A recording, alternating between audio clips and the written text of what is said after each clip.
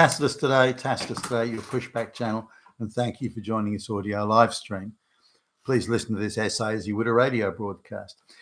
In this essay, I should have said presentation instead of essay on radio. In this essay, I'd like to talk about world globalist imposed and enforced world parity pricing on everything from foodstuffs to energy to so on. So, now, what I mean by parity pricing is that the price you pay, adjusted for GDP, the price you pay for everything from bread to orange juice to petroleum, gasoline in your car, or electricity, or housing, or whatever, is again adjusted for local GDP, is pretty much exactly the same all across the Western world. And how can that be so? Because in Australia there's an abundance of certain natural resources that are very cheap to get, very efficiently grown or dug out of the ground or whatever. And yet the price of those things is the same as you would pay in, say, England, Britain, even though Britain has no natural resources in that area at all. Why is that so? That couldn't be so. In fact, Australia has such surpluses of certain foodstuffs that they're dumping in the ocean millions of tons of this stuff each year, and yet the price is the same. Now, that can't possibly be. Now, in Britain, they've got to import everything and so on. So how is it that the price is the same? It just wouldn't be possible from a strictly economic viewpoint.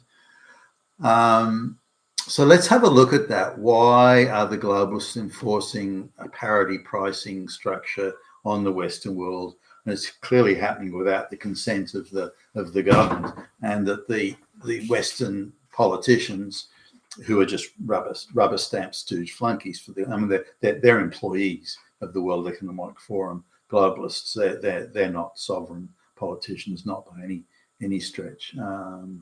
The only decisions they're allowed to make now in the West is how many lesbian painting classes that they subsidise. Apart from that, or how many prizes to black trans people they give in the arts council, or those are the only decisions that the globalists allow the local politicians and government administrators to make now. All the important stuff, and even down to the micro level, is globalist decided, as we can see with this parity pricing.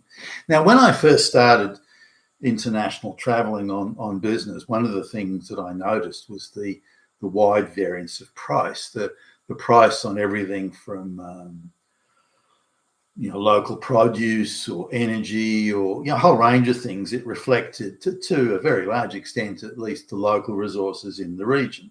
So if Australia had a vast surplus of oranges, for example, I'll pick one, then orange juice reflected that price. Whereas if you wanted to buy orange juice in a country that didn't grow oranges, or didn't have easy access to cheap oranges, then you paid a lot more for.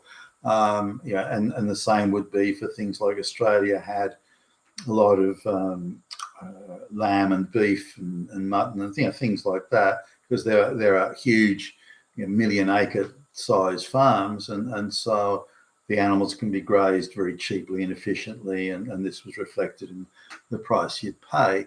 So say, for example, when I first started traveling, I could buy a good steak, good quality steak in Australia for $1, $1.10, $1.20, $1.30, that type of thing.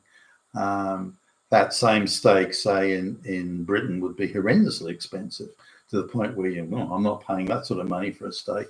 And those differences were across all sorts of things like foodstuffs, housing, energy. Australia still has vast amounts of coal that's good quality coal, by the way, that's very close to the surface and can be efficiently mined. Not like, say, in Europe, where you've got to go miles underground to get the coal, which makes it very expensive to dig out. In Australia, it can be very cheaply dug out. In fact, in terms of the accessibility and the cost per tonne of extraction, Australia has on or about the cheapest coal in the world, and is good quality coal. Now, you'd think that would mean that Australia would have some of the lowest cost energy in the world, which at one time it did. but because of the green programs, because of again very much the dark, evil, clammy hand of the globalists, Australians are paying the same price for energy as places that have no coal or no gas or no energy resources whatsoever.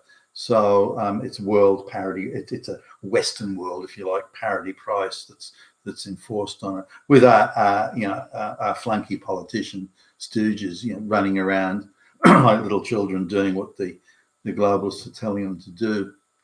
There's no sovereign governments left in the West, when there'll shortly, very soon, be one in the United States. But anyway, this is so. What are the guy now? If I sat down, did some sums here, looking at, say, property in London and Los Angeles and that sort of thing.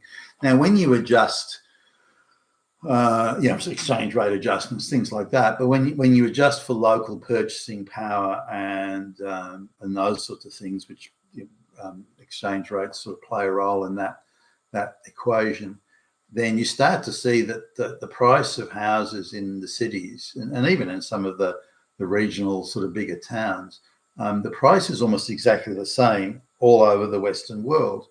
Now, you do get some variations, but the very few. The reality is that the real estate, I'm talking residential real estate here. I didn't look at office, but residential real estate, the price that you pay is, give or take, about the same. Now, there's a lot of talk that Sydney is one of the most expensive cities in the world, this sort of thing, or Hong Kong. But when you readjust for household incomes, because you get multiple family members living in the house, and when you readjust for, again, things like the exchange rate and recalculate purchasing power and so on, the cost of buying an apartment in a middle distance suburb in Sydney comes out to within 1% of that buying that same apartment in, say, a London or again a big city, New York or somewhere. So or Paris. So the variance actually is almost, now that wouldn't happen. That's not organic. And the same thing goes for things like the cost of bread and milk and other food, in fact, most food items. Why is it that this pricing structure is being globally enforced? Now, one part of this is that some of the businesses that are buying up, a lot of the Australian farms and milk producing companies were purchased by overseas conglomerates, and they have an unusual amount of market pricing power, and so they can dictate the price. Now, typically what should kick in here is that the government should say, for example, the Australian government should say, hey, you've got monopoly pricing power at the moment. That's no good. That is in flagrant contravention of market competition laws, so you're going to have to break this company up and sell bits of it off. Now, they've already approved these conglomerates buying up the milk producing type farms and so on, the dairy farms. So the government has approved. Now, why did they approve it? Why did they hand over monopoly pricing power to these organisations, who, by the way, can and do avoid many of the local taxes, so they don't have the same cost overheads, if you like, especially with things like tax, that a local farmer may have, where all their business is done locally. They've got no opportunity to move money around internationally and engage in tax offsets and the like. So the government, the local Australian government, has approved the buying up of all these farms and cooperatives and so on. And so they've handed monopoly pricing power. Now, as soon as the people get monopoly pricing power, these international firms, suddenly the price of, and there's an aggressive media campaign or PR campaign they launch that they have to, it's because of COVID, it's this and it's the cost, and before you know, milk has suddenly got an international price. But Australia produces a lot of milk and does so very efficiently. So why should the milk in Australia be the same price as a country that's got almost no dairy herds? Now, there are other factors to consider. For example, government subsidies on farming in some countries. French farmers receive quite generous subsidies some of their produce, but they also have a lot of value added stuff, say in exotic cheeses and wines, those sorts of things. So it's slightly different. It's just not producing raw milk in bulk. It goes a bit beyond that. But nonetheless, we're looking at a world parity price for so many foodstuffs. Now, this wasn't the case. As I pointed out, when I first started business traveling, and I'd wander around a grocery store in, I don't know, Germany or Britain or United States, or Japan, or wherever I was, then you would see a difference, quite a large difference, in some cases huge. The price of milk in Japan, for example, was 4 times what it was in Sydney, and other differences around the place. The price of lamb and beef in Britain was prohibitive, whereas it was by comparison quite cheap in Australia. Those differences have largely gone, but they haven't gone for organic reasons or natural market forces. Far from it. We're looking at an internationally rigged system where the globalists are imposing a pricing structure that is built on, well, what can you afford to pay?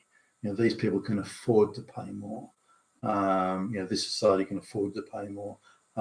So therefore, we should screw them. We can extract profits from them, provided we create a monopoly or an oligopoly or a cartel, and they can afford to pay more. So what's wrong with that? So when you look at the amount of the budget, say you look at an average wage and the amount of money it costs to pay rent, put food on the table, and so on.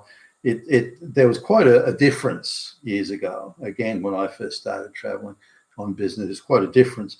Now it's all almost the same, universal across the Western world. So again, we're looking at a very rigged and imposed system. No market forces at play at all, and we really need to ask, why is this happening? Because it's been imposed without our knowledge, firstly, in the West, or our consent or our agreement. It's just been imposed with stealth and silently. Now, what I'm hoping happens with the arrival of President Trump in the White House is those globalist policies will be unwound. The energy will become cheap again. America can have cheap energy. And that all the things that were imposed by the globalists to screw the populace over and reduce our standard of living by quantum leaps will be unwound, and that we'll go back to natural organic market forces, which means certainly food and energy and so on will be cheaper by a large margin. You've been with Tassus today, your Pushback channel. Thank you for listening.